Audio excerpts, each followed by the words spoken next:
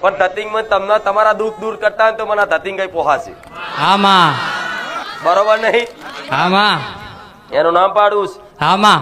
એનું નામ યશ રાખો. યશ. યસ. હા રામ માડી રામ. પાછળ યશ ની જગ્યાએ રાજ લખાવું તો યશરાજ કરી દેજે. જા જય માં રામ માડી માં. હા બે આલ્યું યશ અને રાજ. હા. તારા યશ રાખવું હોય તોય અને રાજ રાખવું હોય તોય.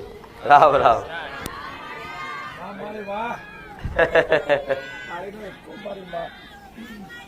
દરેક દીકરાનો એક જ સલાહ છે કે છે ને ભક્તિ એક એવો માર્ગ છે કે આમાં તમારે છે ને કોઈ બુદ્ધિ દોડાવવાની જરૂર નહીં પડે, કોઈ જ્ઞાનની જરૂર નહીં પડે. ભક્તિ એક એવો માર્ગ છે ને કે જાણે જ્ઞાનથી તો તમે બધું બહુ વિચારો ને બધું બહુ અવલોકન કરો ને બધું બહુ બુદ્ધિ દોડારો તારે કદાચ કોઈ વસ્તુ સુખનું તમને કોઈ રસ્તો માર્ગ મળે.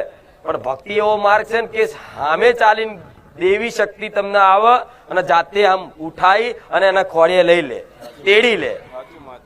એટલે કશું ના આવડે ને તો મેં શું કીધું, આમ હાથ અધ્ધર કરી દેવાના. આમ પાછળ આતંકવાદી હોય એને કોઈ બંદૂક અડાડી હોય તો આ તમને છે ને દુઃખોની બંદૂક અડી છે બધાની પાસે.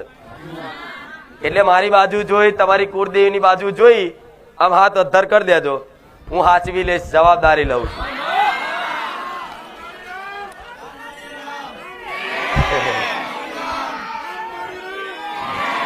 અને એક વસ્તુનું હજુ ના ખબર હોય તો જે મારા રંગમાં રંગાયા, જે મારા ભાવિક ભક્ત હાચા બન્યા છે ને એનો અનુભવ પૂછી આવજો.